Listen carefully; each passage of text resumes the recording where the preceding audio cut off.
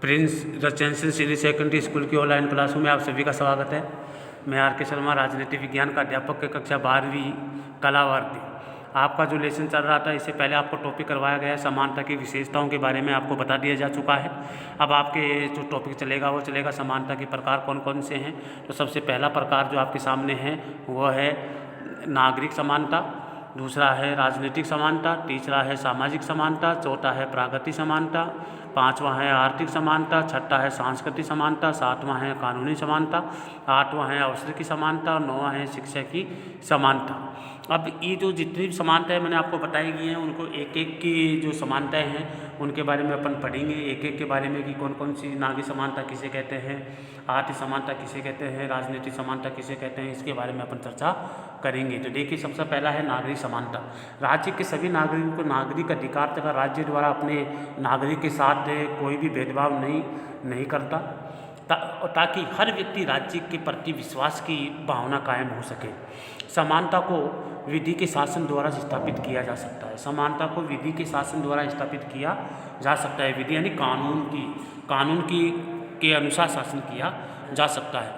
संविधान द्वारा नागरिकों को जो है मौलिक अधिकारों में अनुच्छेद 14 जो दे रखा है, वो सभी नागरिकों के विधि के समक्ष समानता और विधि के समान संरक्षण का अधिकार दिया गया है। तो कानून जो अनुच्छेद जो है संविधान में मौलिक अधिकारों में जो सबसे पहला जो अधिकार है वो है समानता का अधिकार, और समानता का अधिकार जो है अनुच्छेद 14 से लेकर के 18 तक आपको दे रखा है। और अनुच्छेद 14 में ये कहा गया है कि कानून के समान संरक्षण का अधिकार सभी व्यक्ति को दिया गया है और कानून के समक्ष सभी समान हैं। इसका तात्पर्य है, चाहे वो बड़ा हो, चाहे छोटा हो, चाहे पैसे वाला हो, चाहे वो गरीब हो, कानून सबके लिए बराबर माना जाता है, समान माना जाता है। तो ये पहला हो गया नागरिक समानता।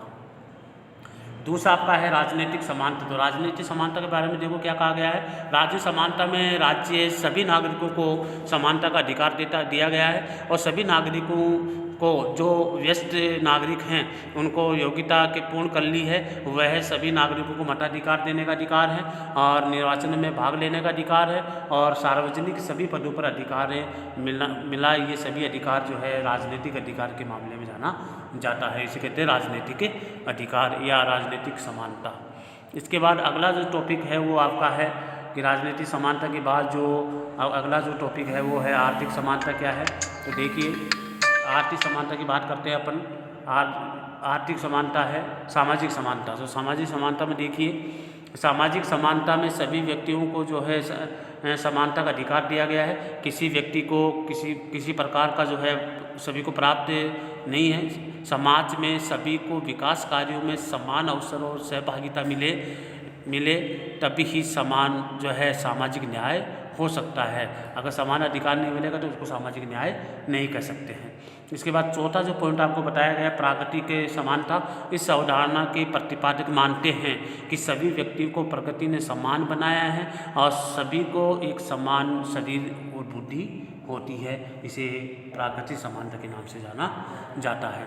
इसके बाद पांचवा जो पॉइंट आपका है वो है आर्थिक समानता। वह समानता जो है ये अन्य सभी समानताओं का आधार है। आर्थिक समानता के अभाव में राजनीतिक, नागरिक, सामाजिक और अर्थहीन अवसर की समानताहीन आर्थिक समानता के नाम से जाना जाता है।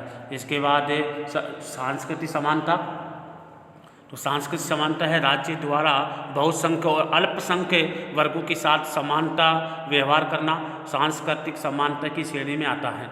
इन्हीं जो अपनी भाषा, लिपि, संस्कृति और सामाजिक परिवेश के संरक्षण के समुचित जो अवसर प्रदान किए गए हैं, और हमारा संविधान जो है सांस्कृतिक समानता हेतु मौलिक अधिकार भी प्रदान करता है या प्रावधान किया गया है। इसके बाद अगला जो टॉपिक सातवां जो पॉइंट है वो है कानूनी समानता। कानूनी समानता में ये कहा कि लोकतंत्र देशों में सभी व्यक्तियों को कानूनी समानता प्रदान कर रखे हैं, और कानून के समक्ष समानता और कानून का समान संरक्षण सभी व्यक्तियों को मिला हुआ है।